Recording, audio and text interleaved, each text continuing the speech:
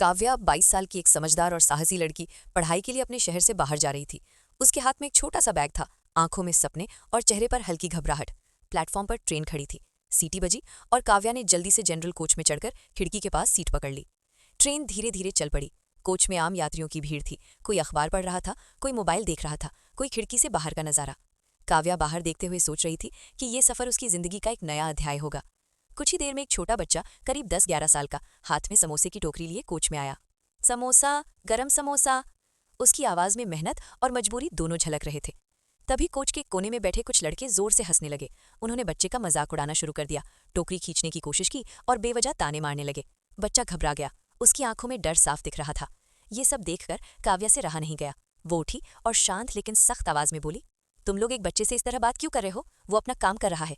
लड़कों को ये बात पसंद नहीं आई। पहले तो वे हंसे, फिर उनकी बातें काव्या की तरफ मुड़ गईं। छेड़ने वाले शब्द, बेइज्जती भरी बातें। कोच का माहौल अचानक भारी हो गया। कुछ यात्री डर के मारे चुप रहे। उसी समय वहीं बैठा एक और यात्री उठा, आरव, जो 22 साल का था। उसने आगे बढ़कर कहा, बस करो, ये ट्रेन है, कोई सड़क नहीं, सबको शांति से सफर करने दो। लेकिन बदतमीज लड़के और उग्र हो गए।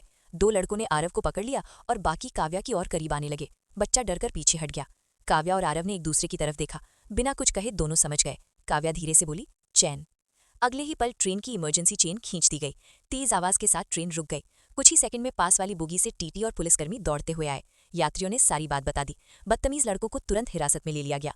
कोच में सुकून लौट आया। बच्चा समोसे की टोकरी लेकर काव्या को धन्यवाद कहता हुआ आगे बढ़ गया। काव्या और आरव ने राहत की सांस ली। ट्रेन फिर से चल पड़ी। इस बार सफर पहले जैसा नहीं था। डर की जगह सम्मान और भरोसा था। उस दिन काव्या और आरव सिर्फ एक दूसरे के मददगार नहीं बने, बल्कि ये साबित कर दिया कि सही वक्त पर आवाज उठाना ही असली हिम्मत है।